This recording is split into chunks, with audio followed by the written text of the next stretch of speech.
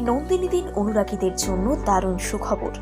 নন্দিনীর স্বপ্ন পূরণ, খুলে ফেললেন এবার রেস্তোরাঁ। অনেকদিন ধরেই শোনা যাচ্ছিল খুব শীঘ্রই নন্দিনী খুলতে চলেছেন একটি নতুন রেস্তোরাঁ। কোথায় খুললেন রেস্তোরাঁ, কেমন ভাবে সাজালেন, কি কি খাবার পাওয়া যাবে, মেনুতে কি কি থাকছে, কটায় খুলবে কটায় বন্ধ হবে স্মার্ট দিদির রেস্তোরাঁ, সবটা জানাবো আপনাদের। ডালহাউসিতে অফিস পাড়ায় একটি পাইস হোটেল চালিয়ে তিনি রাতারাতি ভাইরাল হন। এরপর ভালো মন্দ মিশিয়ে সোশ্যাল মিডিয়ায় তাকে নিয়ে হামেশাই কথা হয়েছে, চর্চাও চলছে কন্টিনিউ। জিন্স টপ, কানে হেডফোন নিয়ে ছিপছিপে চেহারার দিদি রাস্তার ধারে হোটেল চালাচ্ছেন দেখে রাতারাতি ভাইরাল হয়ে যান। তবে নন্দিনীদিকে নিয়ে ইউটিউবারদের মাতামাতি কারোর কাছে অসহ্য মনে হয়। একটা সময় ডালহৌসির দোকান থেকে রান্না করে নিয়ে শিয়ালদা স্টেশনে প্যাকেটে করে বাবাকে খাবার বিক্রি করতে দেখেছেন নন্দিনী।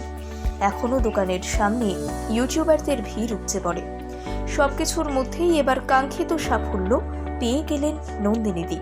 ভাইরাল হওয়ার সম্পূর্ণ লাভ চেটে পুটে তুলে নিলেন নন্দিনী। আপনারা জানেন তার দোকানে খদ্দের বেড়েছে লোভনীয়ভাবে। পাশাপাশি চাহিদা বুঝে আর বেশি লোক আকর্ষণ করার জন্য মেনুতে অনেক পরিবর্তন ঘটিয়েছেন। তার মধ্যে সুখবর দিলেন নন্দিনীদি, নিজেদের রেস্তোরাঁ খুলে ফেললেন। নতুন দোকান শুরুর কথা অবশ্যই আগে জানিয়েছিলেন নন্দিনী। ডালহাউসের দোকানটি তার স্থায়ী জায়গায় নয়, সে কথাও আগে জানিয়েছিলেন তিনি। নন্দিনীদি এই রেস্তোরাঁর নাম রেখেছেন খুব যত্ন করে। তার রেস্তোরাঁর নাম নন্দিনীদির হেসেল। রেস্তোরাঁর অ্যাড্রেসটা জেনে নিন ঝটপট। আকাঙ্ক্ষা মোড়ে তিনি রেস্তোরাঁটি খুলেছেন। রেস্তোরাঁ ঠিক পথ চলা শুরু হবে 12ই জানুয়ারি থেকে। এবার আপনাদের মনে প্রশ্ন উঠতে থাকবে, কতক্ষণ খোলা থাকবে? সকাল 11টা থেকে রাত 11টা পর্যন্ত খোলা থাকবে রেস্তোরাঁ। আর কি কি হচ্ছে না হচ্ছে নন্দিনীদি নিজের মুখেই সবটা জানিয়েছেন। মাস মাইনের চাকরি ছেড়ে দিয়েছিলেন নন্দিনীদি। হয়তো তখনও ভাবেননি এত তাড়াতাড়ি বদলাবে তার ভাগ্যের চাকা। যদিও আগেই জানিয়েছিলেন তিনি আর চাকরির জগতে ফিরবেন না। যে ইউটিউবের দৌলতে জনপ্রিয়তা পেয়েছিলেন সেখানেই নিজের চ্যানেলও খুলে ফেলেছেন নন্দিনী। তবে এখানেই থেমে থাকেননি নন্দিনী, আবার অভিনয়তেও নাম লিখিয়েছেন। 303 নামে একটি ছবিতে সাবিত্রী চট্টোপাধ্যায়ের সঙ্গে অভিনয় করবেন নন্দিনীদি।